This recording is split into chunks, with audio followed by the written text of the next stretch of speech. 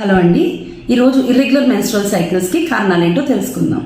So cycles కరెక్ట్గా రావాలి అంటే మేజర్ హార్మోన్స్ లైక్ ఈస్ట్రోజన్ కానీ ప్రొజెస్ట్రాన్, థైరాయిడ్, ప్రొలాక్టిన్ ఇవన్నీ మనకి కరెక్ట్గా వర్క్ చేయాలి.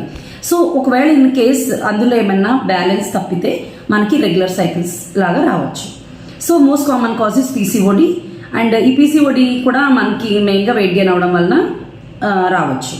అండ్ ఆల్సో ఈ నేను చెప్పినట్టుగా థైరాయిడ్ అండ్ ప్రొలాక్టిన్ డిజార్డర్స్ కానీ, ఒక్కొక్కసారి గర్భసంచిలో ఏమైనా ఫైబ్రాయిడ్స్ కానీ పాలిప్స్ కానీ ఉండడం వలన కూడా సైకిల్స్ ఇర్రెగ్యులర్ అవ్వచ్చు.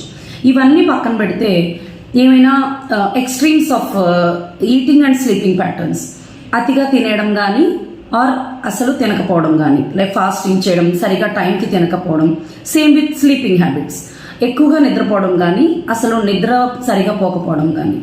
సో ఇవన్నిటితో పాటు ఎక్సెస్గా ఫిజికల్ యాక్టివిటీ, ఎక్కువగా ఎక్సర్సైజులు చేయడము సడన్గా, అండ్ ఒకేసారి చేస్తున్న వాళ్ళు సడన్గా ఆపేయడం కానీ. And also another big factor is stress. This is a very big factor. So irregular cycles అందరికీ పెద్ద మేజర్ రీజన్సే ఉండాలని ఏం లేదు. సో ఒక్కొక్కసారి మెడికేషన్ అవసరం అవుతుంది డిపెండింగ్ ఆన్ ద కాజ్. దాంతోపాటు లైఫ్ స్టైల్ మేనేజ్మెంట్ కూడా వెరీ ఇంపార్టెంట్. Thank you.